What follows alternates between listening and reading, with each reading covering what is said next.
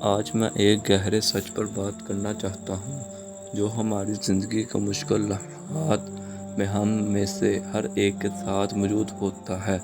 وہ بے مثال سکون جو اللہ ہمارے دلوں کو مشکل ترین وقتوں میں عطا کرتا ہے، خاص طور پر تب جب لوگ ہمارا ساتھ چھوڑ جاتے ہیں۔ جانتے ہیں، زندگی اپنے آپ میں ایک ایسا سفر ہے جو بے شمار تجربات سے بھرا ہوا ہے، خوشیوں، خواہشوں، غموں، کامیابیوں اور آزمائشوں سے۔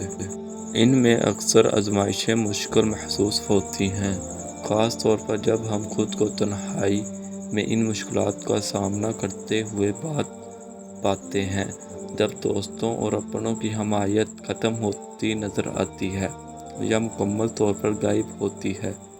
تنہائی کے ان لمحات میں اللہ کی رحمت اور محبت ہمیشہ کے لیے ایک سکون بن جاتی ہے جو ہماری مایوسی کو دور کر دیتی ہے۔ ہمیں یہ سمجھنا چاہیے کہ ان مشکلات میں تنہا محسوس کرنا کوئی انوکھی بات نہیں۔ بہت سے انبیاء اور صالحین کو سخت آزمائشوں کا سامنا کرنا پڑا، اکثر خود کو تنہا پایا۔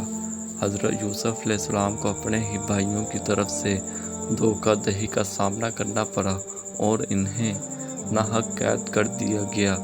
حضرت ایوب علیہ السلام کو شدید تکلیف اور نقصان کا سامنا کرنا پڑا، پھر بھی اپنی آزمائشوں میں وہ اللہ کی طرف متوجہ ہونے اور یہ ان کے مضبوط ایمان کی وجہ سے تھا کہ انہیں اللہ کا ساتھ ملا اور اللہ نے ان کی مدد کی۔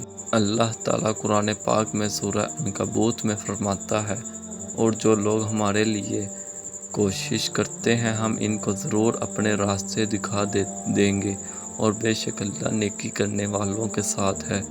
یہ آیت اس بات پر زور دیتی ہے کہ مشکلات کا سامنا کرنے میں ہماری کوششوں اور صبر سے اللہ ہمیشہ ہمارے ساتھ ہے۔ اس کی ہدایت اور امن دور نہیں، وہ ہم میں سے ہماری اپنی شرح سے بھی زیادہ قریب ہے، جیسا کہ سورہ کہف میں بیان کیا گیا ہے۔ اور ہم نے انسان کو پہلے ہی پیدا کیا اور ہم جانتے ہیں کہ اس کے دل میں کیا وسوسہ آتا ہے، اور ہم اس کی شہ سے بھی زیادہ قریب ہیں۔ جب ہم خود کو مشکلات اور تنہا پاتے ہیں تو یہ یاد رکھنا ضروری ہے کہ اللہ کی موجودگی مستقل ہے، چاہے ہم ہمیشہ اس کا ادراک نہ کریں۔ انسانی مدد نہ آنے کا مطلب اللہ کی مدد کے نہ آنے کی مترادف نہیں ہے۔ در حقیقت اکثر اوقات ان لمحات میں اللہ کی مدد سب سے زیادہ ظاہر ہوتی ہے۔ یہ ایک منفرد قسم کا سکون ہے جو جسمانی اور جذباتی مدد سے بالاتر ہے، جس کی ہم لوگوں سے امید کرتے ہیں۔ نبی کریم صلی اللہ علیہ وسلم نے اپنی پوری زندگی میں بے شمار آزمائشوں کا سامنا کیا، جن میں اپنے قبیلے کا بانیکاٹ، اپنی پیاری بیوی بی بی خدیجہ کا کھو جانا اور مدینہ کی طرف ہجرت شامل ہے۔ پھر بھی ان مشکلات کے باوجود آپ کا دل مسلسل سکون میں تھا، کیونکہ آپ نے اللہ کے ساتھ اپنا تعلق میں سکون پایا ہے۔ آپ نے ہمیں سکھایا کہ ایمان، دعا اور اللہ پر بھروسے کے ذریعے مشکل وقت میں سکون حاصل کیا جا سکتا ہے۔ اللہ کی محبت کا سب سے خوبصورت پہلو یہ ہے کہ یہ بیرونی حالات پر منحصر نہیں ہے۔ انسانی سکون کے برعکس جو عارضی ہے، اللہ کی محبت ایک گہرا اور پائیدار رشتہ ہے جو مخلصانہ عقیدت اور ایمان کے ذریعے حاصل کیا جا سکتا ہے۔ سورہ رعد میں اللہ تعالیٰ اس باطنی سکون کو بیان کرتا ہے۔ وہ لوگ جو ایمان لائے اور جن کے دل اللہ کے ذکر سے مطمئن میں ہیں، بلا شبہ اللہ کے ذکر سے دلوں کو اطمینان ملتا ہے۔ جب ایسا لگے کہ سب چلے گئے ہیں تو اللہ کی موجودگی اس خلا کو اپنے سکون سے بھر دیتی ہے کہ اللہ کی یاد، دعائیں، مناجات اور اس کی صفات پر غور کرنے سے ہی ہمیں اندرونی سکون کا احساس ملتا ہے۔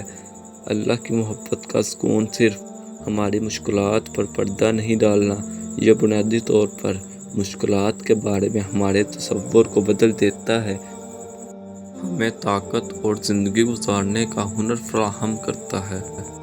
اگر آپ نماز میں غور کریں کہ یہ محض ایک رسم نہیں ہے بلکہ اللہ سے جڑنے کا ایک گہرا اور ذریعہ ہے۔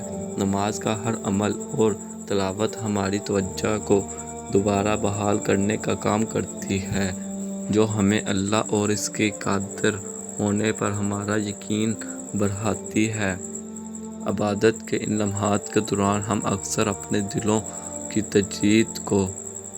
تجدید کرتے ہیں کہ ہمارا دل ہلکے ہوتے ہیں۔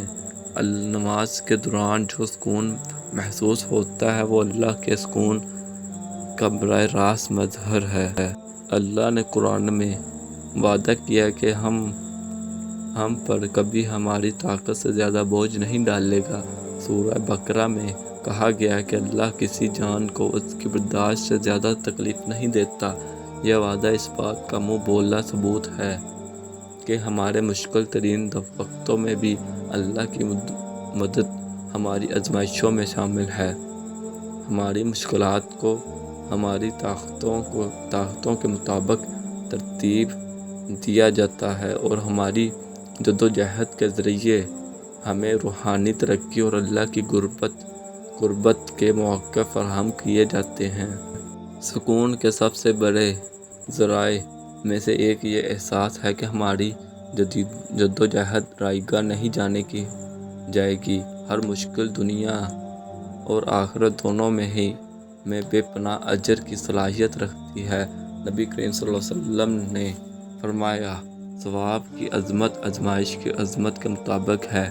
جب اللہ کسی قوم سے محبت کرتا ہے تو ان کا امتحان لیتا ہے۔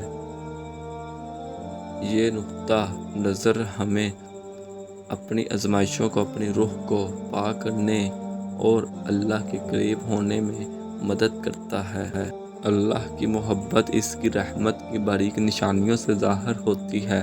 شاید آپ کو اپنی نماز کے دوران اچانک راحت کا احساس یا کسی اجنبی کی طرف سے کوئی مہربان لفظ جو آپ کے حوصلے بلند کرتا ہے۔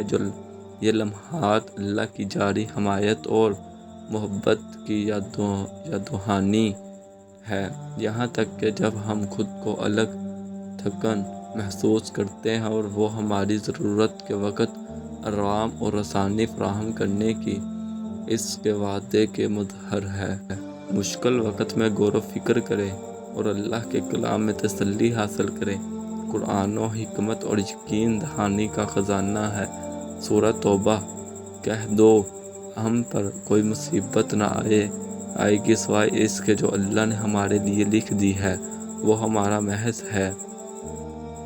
محافظ اور مومنوں کی اللہ پر بھروسہ کرنا چاہیے۔ اللہ کا منصوبہ ہمیشہ ہماری بھلائی کے لیے ہوتا ہے اور اس پر سب بھروسہ کرنے سے ہمیں سکون ملتا ہے۔ یاد رکھیں کہ اللہ کی محبت اور اس کی یاد ایک تحفہ ہے جو دوسروں کی طرف سے ہمیں ملنے والی حمایت سے بالاتر ہے، جو ہماری آزمائشوں کو ترقی کے مواقع اور اس کے ساتھ گہرے تعلق میں بدل دیتا ہے۔ اللہ کی یاد کو گلے لگائیں، اپنی دعاؤں میں سکون حاصل کریں اور اس کی حکمت اور رہنمائی پر بھروسہ رکھیں۔ ایسا کرنے سے آپ کو ایسا سکون ملے گا جو کوئی انسان آپ کو دے نہیں سکتا، ایسا سکون جو یہ جان کر حاصل ہوتا ہے کہ آپ کبھی تنہا نہیں ہیں، کیونکہ اللہ ہمیشہ آپ کے ساتھ ہے۔ اللہ ہم سب کو اپنی آزمائشوں میں ثابت قدم رہنے کی طاقت اور اس کی سلامتی کے حصول کی حکمت اور اللہ کی رضا پر بھروسہ کرنے کی توفیق عطا فرمائے۔ آمین۔